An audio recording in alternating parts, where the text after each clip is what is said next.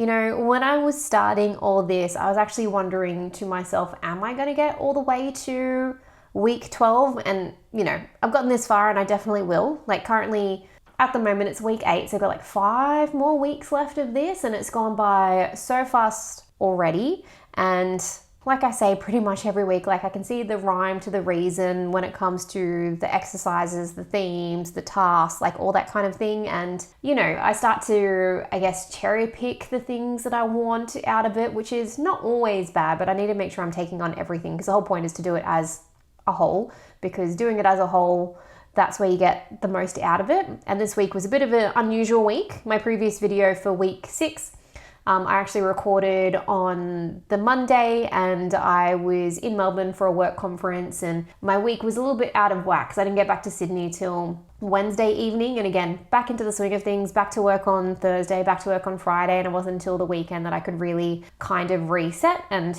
you know, having the artist dates is really nice to look forward to, because it's something different and it kind of makes you think of something different to do, or really be conscious about how I spend my time on the weekends and making sure I do something for myself. And the big theme for week 7 is recovering a sense of connection, which was really interesting. The 4 things they talked about in the chapter was around listening, perfectionism, risk, and jealousy. So with listening, it's about using the artist dates to help pick up a voice of inspiration. And through doing it for the last 7 weeks, definitely 100% having that time to yourself of that creative connection really helps reset in a way and refills that creative cup that you want to pull from. And it can create that sense of inspiration or some ideas and things that come through. And I really have been able to do that since the artist date. Not all artist dates are great, but it's the practice of doing them. And even when the 12 weeks end, I'm definitely going to continue on doing the artist dates, or even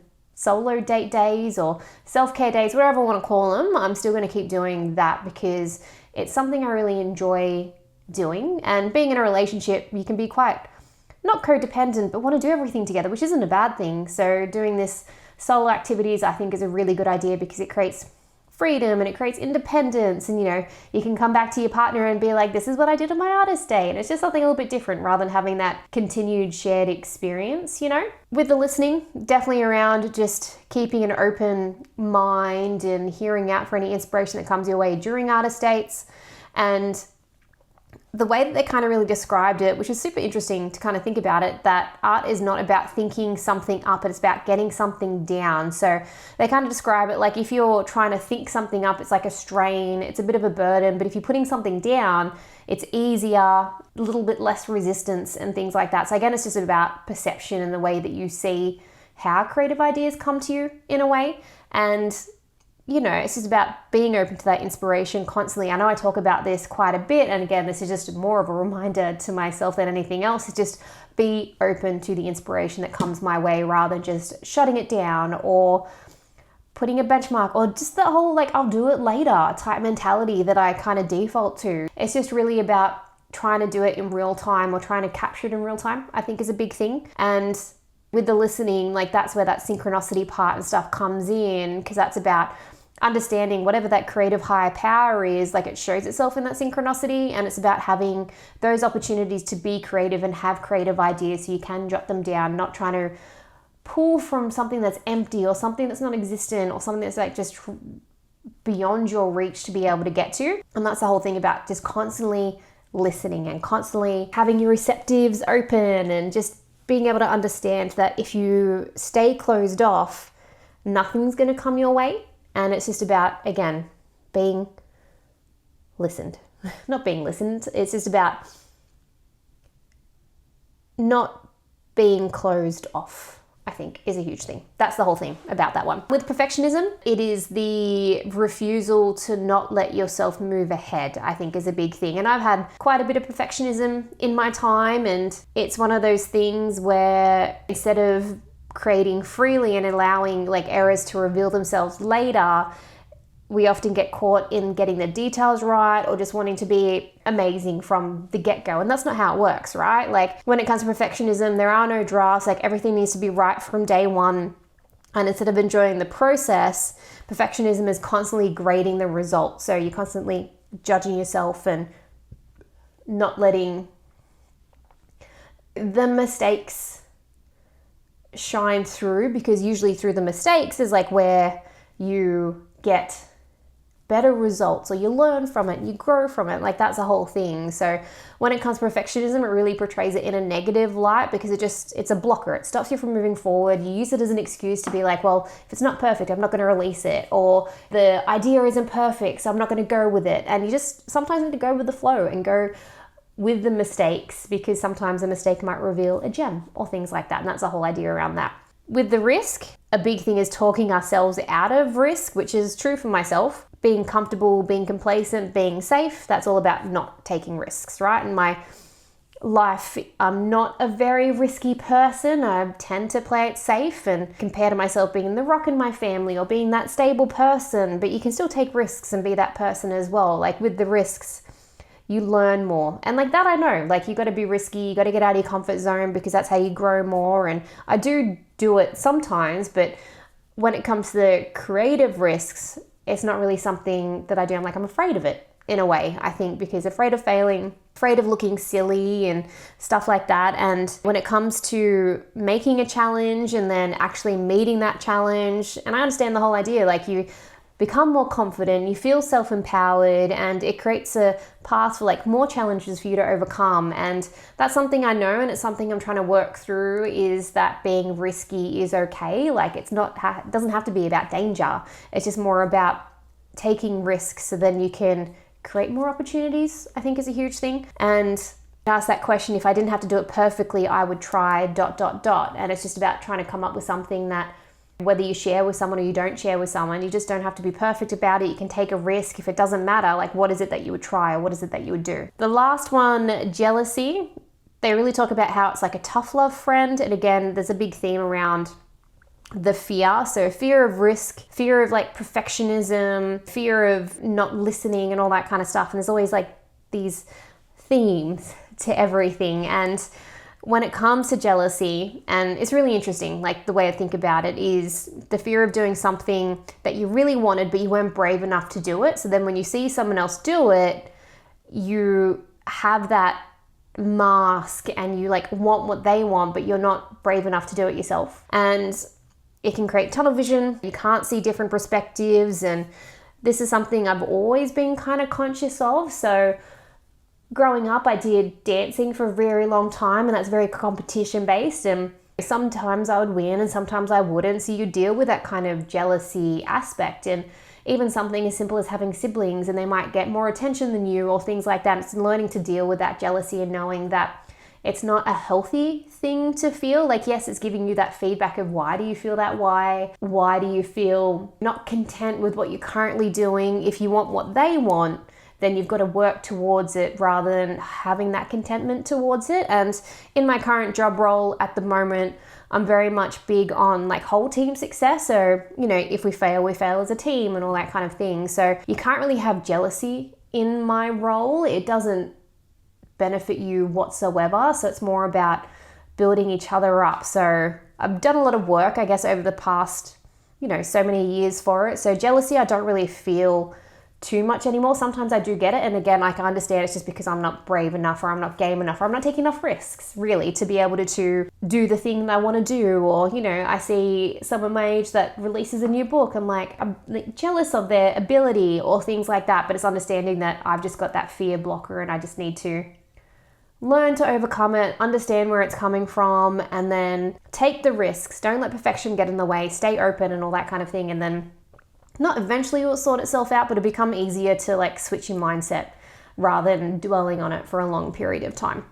And when it came to jealousy as well, they have a few exercises to do, and it's just about understanding, again, the reason why you're jealous of something. So just say for this particular one, it's called like the jealousy map. So you find out or write down a bunch of people that you might be jealous of, like why you're jealous of them, and then what's like the action antidote to kind of overcome that. So for some examples, they've got my sister Libby, and then the why is she has a real art studio, and then the action antidote to that's fix a spare room and pretty much create your own art studio. Then there's one here that says my friend Ed, they write good crime novels, and then the antidote to that is try writing one. Like, it's just more about, well, if you're jealous, what is it that they have that you want? And then what can you do to get to that same spot as well, I think is a big thing. Then they have an archaeology and exercise. So it's just about completing phrases. The first part's just about as a kid. So as a kid, I missed the chance to. As a kid, I lacked. As a kid, I would have used. As a kid, I dreamed of being. And there are 10, I think, questions for that. So 10 for that. And then finish these phrases. I have a loyal friend in ... I think I have a nice. I am taking a greater interest in. My self-care is. And again, there's just another 10 to fill out and to answer. And again, it's a lot of these times and a lot of these exercises are very much like self-reflective. And it's just getting you in that space to deep dive into. And if you have a loyal friend or you think it's nice to do something or you have a greater interest in, and again, like with some of the other previous exercises, if you find that you haven't done it in a while, why haven't you done it in a while? And then what can you do to do that thing? So can your next artist date be focused on that thing? Or can you spend a weekend going camping or whatever it is that you want to do? It's just about finding out. Again, like you used to have these loves, you used to have these passions. And obviously when you love something, you're passionate about something, you're going to be way more engaged and way more in present. And that's where like the inspiration and stuff comes from, right? So again, it's just about not getting back to basics, but getting back to like the core of who you are as a person, why you are the way you are now. And just, finding out all these little things because again, the more you know about yourself, the more you know about your motivations, the easier it is then to overcome these blockers or overcome these like hurdles that you put in front of yourself for probably no good reason other than just trying to save yourself from taking risks or save yourself from being that creative person that you dream of being, I think is a big thing. With the tasks, and some of them were quite fun this week, and I almost had a bird, two stones, I think that's the right phrase. But with the tasks, the first one was treating myself like a precious object will make me strong. And you had to kind of design, make a nice little thing. I'll put it up on screen, but I did like a little canvas kind of like design thing, and I'll just put that up somewhere. But it's just more about they're saying, make sure you know that mantra and make sure that you are actually doing that as well, because you can write the mantra down or you can do your artist poem or things like that, but if you're not practicing what you preach, I guess, or believe what it is that you're writing down, then there's no point for it. So treating myself like a precious object will make me strong. So I guess that's whole self-care, self-love thing, because obviously the more that you care about yourself, the more that you love yourself, then the stronger you're going to be, like emotionally and spiritually and like physically and all that kind of stuff. With the task that was number 2, listen to 20 minutes of music and then mentally wonder. So that was a really interesting exercise. So for me, when it comes to listening to music, and it says just for joy as well, like in my workplace, there's constant music going. So for me to be able to, I guess, mentally wonder, I need to have music that I'm not familiar with or it doesn't have any lyrics or things like that. So what I did was ran a really nice bath and just put on some, I think the playlist is called like relaxing bath music or something like that, or relaxing spa music. And it's literally the music that you'd hear when you go get like a massage or something like that. And I was just able to pop it on, and I had like a bit of a sketchbook and stuff. So I was just able to doodle and wander and just be able to like clear my mind out, I think, which is the whole thing of this exercise. And it's just about notice how just that 20 minutes can refresh you. So you learn to make these mini artist date to break stress and allow insight. So just say if you don't have just say it's like the beginning or the midweek and your artist date is going to be on the weekend and you're super stressed and you have low energy, you just create these little moments for yourself, like simple 20 minutes. And it just, again, it's like a reset. It's almost like doing a meditation session, and it's just, resetting yourself so then you can, I guess, get on with the week, or you don't feel as depleted come the weekend and things like that. So again, it's just these little tasks that you can do, and I'm going to keep doing something like that. So I really like that exercise of just being able to clear your mind and just not have to think about anything for that 20 minutes. Like I just did like some line drawing and stuff, and I was doing like geometric shapes and everything, and I was like filling in squares, and again, it was just wasn't even like paying attention to anything around me. And again, it was just like a clear, like meditative state, which is really cool. The third one was take yourself into a sacred space. So like a church, a synagogue, library, grove of trees. I didn't really have any place that I could go to. So what I did was during one of Archie's walks, so my dog, I really made sure that I had like a zero content walk. So no phones, no music, no nothing, and just was very, very present in the moment. And I just allowed the background noise, the silence and stuff, and just let that kind of like wash over and just be in the moment rather than listening to a podcast or being on my phone reading something or things like that. So again, it was just like a nice little reset, and I'm going to do that again because sometimes I'll just default to like reading or listening to a podcast or an audiobook or something because again, the walks aren't the most exciting thing in the world, but it was a really lovely morning and he was actually being very good walking, and it was just very nice to start off the day having that sunlight and just having like no content or anything, like your brain wasn't like firing like with all the things that social media and stuff can do. So that was really good. Number 4 was create a wonderful smell in your home. So they say like with a soup, incense, candles, whatever. And again, when I had a bath, I put in some lovely Epsom salts and I had some candles and stuff going. And again, it was just a really nice smelling like atmosphere, and it really like set the mood for a nice like relaxing time. So again, I was able to incorporate that. Number 5 was wear your favorite item of clothing for no special occasion. So I am lucky enough to get a lot of clothes. So I don't really have anything that I have that's super favorite at the moment, or I have too many things that are a favorite. So it was a bit hard to choose something, but my current favorite, I guess, would be my Antisocial Club hoodie. It's like a gray white sort of like tie-dye thing, and it's just very comfy, very warm, very baggy, and at least once per week I've probably been wearing that. It's super nice, and I can't wait till it gets to very, very cold weather because I do have a lot of cute clothes that I want to wear, like cardigans and all that kind of thing. So I'm sure that I'll have a different answer, and maybe 4 weeks time when it hits winter and it's a bit colder, and I'll have a lot of my favorite comfy kind of clothes to wear. But I think, at the moment I don't really have anything that's super, super favorite, but that hoodie would probably be the most current one, I would say. Number 6 is buy yourself a wonderful pair of socks or a wonderful pair of gloves, one wonderfully comforting, self-loving something. So I bought socks recently, so I wasn't going to do that. Gloves, it's Australia and we don't get super, super cold here in Sydney where we are, and I don't really need a pair of gloves unless if I'm gardening, and I've already got a pair of those. I'm not just going to buy something for the sake of buying something. And then one wonderfully comforting, self-loving something. So the only thing I thought to really write for this was I bought Epsom salts for the bath, like some good ones. They're not the cheap at the best of times, but I did that and knew it was something for me that was going to be self-soothing or self-loving in a way. And it's very hard for me to spend money on myself, and Drew's very good and he'll prompt me and, make sure that I do think about myself when it comes to things, whether it is buying a new MacBook or things like that. So Epsom salts, yes, it might not be as expensive as a MacBook or something like that, but again, it was just exactly what I needed, and it was just a really nice, relaxing time. Number 7 was collect a stack of 10 magazines and make a collage. I didn't do that mainly because I don't have any magazines and it's not something that I have access to on a regular basis. So next time I go to the op shops, I'm going to try and see if I can find like a stack of magazines. I'm going to put this one on the back burner to do at some point because again, it's like a fun little task to do, and you make a collage and really think about like past, present, future, what's your dreams, and I'm just having that imagery and things like that. I mean, I could probably use a lot of stock images, but you have to go searching for it.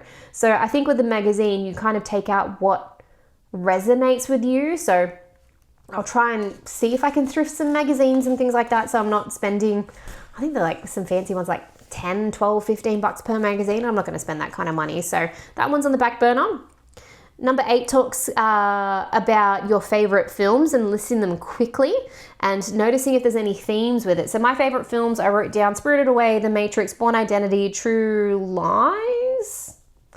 I haven't reread this after I did it. And then Indiana Jones. I think I wrote True Lies because it's just a childhood favorite. It used to always be on TV. But Spirited Away is like one of my favorites as well. So with themes, maybe like that one main character almost in a way that, saves the day or pulls everything through, and maybe that's kind of something that's a common thing between it all. And each of those ones have that one person that kind of like the hero, I guess. And a lot of movies do have that hero concept, but yeah, I think for this one, yeah, there is kind of like a hero concept to it about. Also asked to list your favorite topics to read about, and thinking about it. So I do like obviously a lot of like fantasy and a lot of like adventure, a lot of self-discovery, even something simple as like a rags to riches sort of story, like a redemption story. Like I do love like the true love, like soulmatey kind of thing.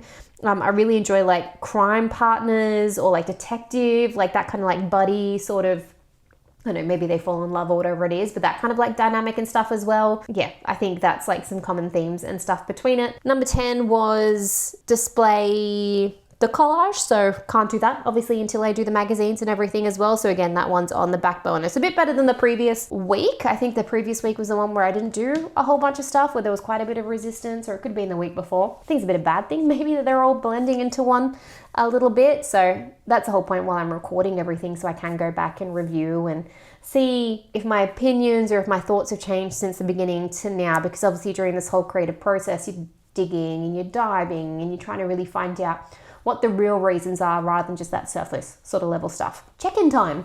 So with the check-in, I know I had a goal of doing 6 out of 7, but 5 out of 7 this week. I'm trying not to use the week being like out of normal routine, but that did kind of affect. I was just very tired and not really in the mood to write, which isn't a great thing, because obviously when you're in that mood, writing is probably one of the best things, or a self-reflection is probably the best thing to really dive into like why you feel that way. Like it's just, I will aim for 6 out of 7 this week.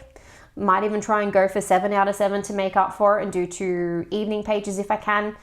I really think I'll be able to, because I've got Friday off, and Friday is usually one of the days that I don't have time. So I'll have time to be able to do it. So 100% will be able to do 6 out of 7, but it's just whether I can get that 7 out of 7. And a question in this particular one as well was, did you daydream any creative risks this time around? So with creative risks, it's not something that I have been able to do, and it's something that I'm very, very conscious of.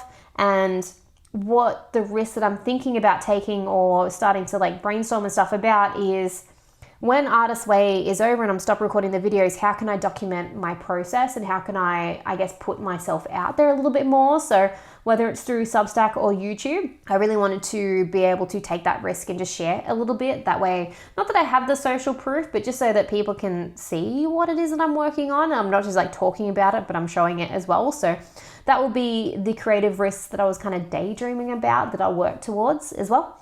With Artist Date, and thinking about risks, not very risky. It was an at-home one, but I really enjoyed it because I was actually editing all the footage that I have from Japan that I went to in November last year. And it's been sitting there for ages, and it's been something I've been needing to do and put together. So I started to do that. I'm halfway through the video. So I've done all of Tokyo. I just got to do Osaka. Then I'll put some text and some music on screen, just because it's just really more about the ambience and the visuals and the noise. Like I'm not going to do any narration. Like I know, again, that's kind of like a safe idea, but I don't have any footage of me talking to the camera. It's all just like scenes and land shots and all that kind of stuff. So I think, yeah, just the classic like text on screen, which I know a lot of people do. And, you know, I was grabbing ideas and stuff for it, but yeah, this weekend, and I know I've had Artist Day at home before, and they haven't been very refreshing or rebooting, but this one was mainly because I did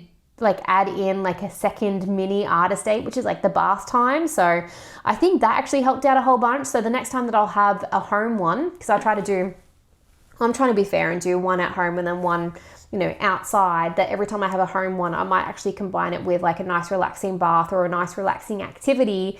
So it's almost getting like a little bit more like filled up, rather than having that outside one, which is a little bit more engaging, a little bit more new, and a little bit more like creative, I guess, in a way. So I actually really liked this one at home. It was good. I tried to be very like productive in a way of like not being distracted. So in the morning I was very distracted, but I had like a bit of a lockdown and lock in the afternoon when I was like editing the video and stuff. So that was good. I really enjoyed that.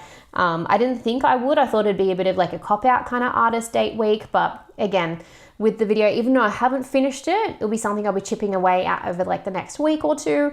And yeah, I'll be able to get it out. It'll just be that little bit extra other than just seeing me on this desk, you know, talking about artist ways and creative blocks and stuff like that. Did I experience any synchronicity this week? So this week has actually been very interesting. I've been mulling over a lot of ideas and it's been a very like brainstorming kind of week. So with week 7, it is, what's the theme? So it is like a sense of connection. So whether it's a sense of connection to how I generate ideas or how I work through ideas, whatever it was, like I was thinking pretty much every day of how can I create a better strategy to write? Like how can I, you know, show people what I'm writing? Like how can I like document and all that kind of thing? And it was just very productive in that kind of sense, which was really good. Usually I try to, but usually I would put that on the back burner or just try to write without any like sense or without any like direction, and it just hasn't been working, which of course it wouldn't. Like why wouldn't when I have like no like proper strategy and stuff behind it? So I think this week or week 7 was really good at brainstorming and jotting down ideas, and I was really using the morning pages for that as well. Like just thinking about like how can I be more productive in the evenings?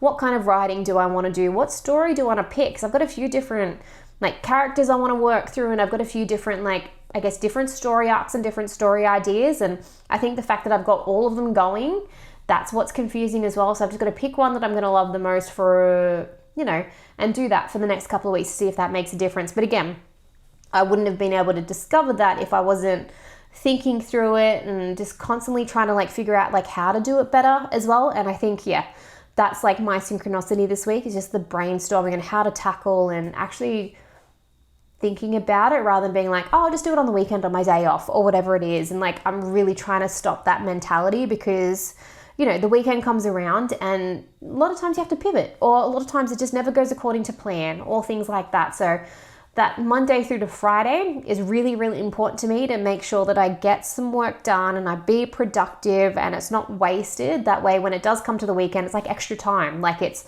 extra time to be able to write, or it's extra time to be able to organize my like Notion page. It's just about having more like streamlined like tasks and structures and things like that. So yeah, I think I was really happy with, not really happy with it, but like the synchronicity worked well for me this week. And then any issues, just pretty much my routine was out of whack this week. So it wasn't normal. I was in Melbourne Monday through to Wednesday and got back Thursday, and I was just, yeah, tired and all that kind of thing, which I get, totally understand. And like I was saying in the previous video, I was very conscious of that happening. So I tried to do a whole bunch to limit the fatigue of it all. And I think I did pretty well with limiting the fatigue. But again, I didn't, you know, meet all my habits and I didn't get everything I wanted to done, but it's the following week and I am not as exhausted as I normally would be. So yeah, it's just about understanding that that's a potential issue really, really early on, and then doing whatever it is that I can to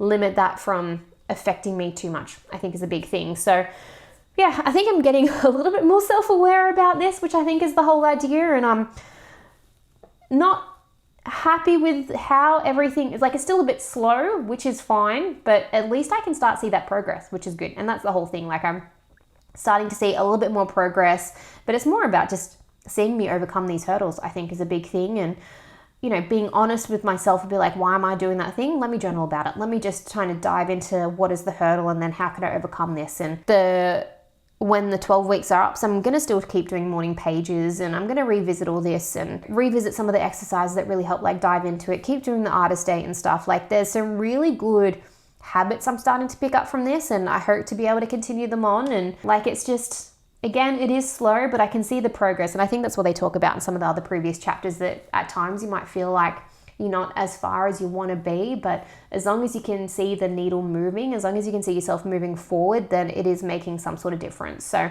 week 8, here we are. We'll be recovering a sense of strength. So I'll do those tasks and those exercises and read the chapter and see what happens. But other than that, I will be back for the next following week.